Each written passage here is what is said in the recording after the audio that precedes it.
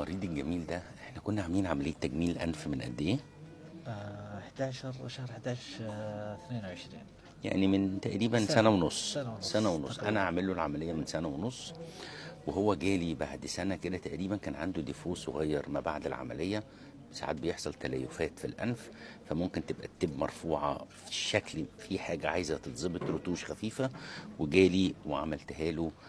الله يعطيك مبسوط؟ العافية، مبسوط. الله يعطيك العافية طول عمرك يا رب. ظبطت اهي وبقت الحمد بيرفكت ما شاء الله. لله. الله يعطيك العافية. ماشي. طبيعي في جراحات التجميل ان يبقى في رتوش تحصل بعد فترة من العملية.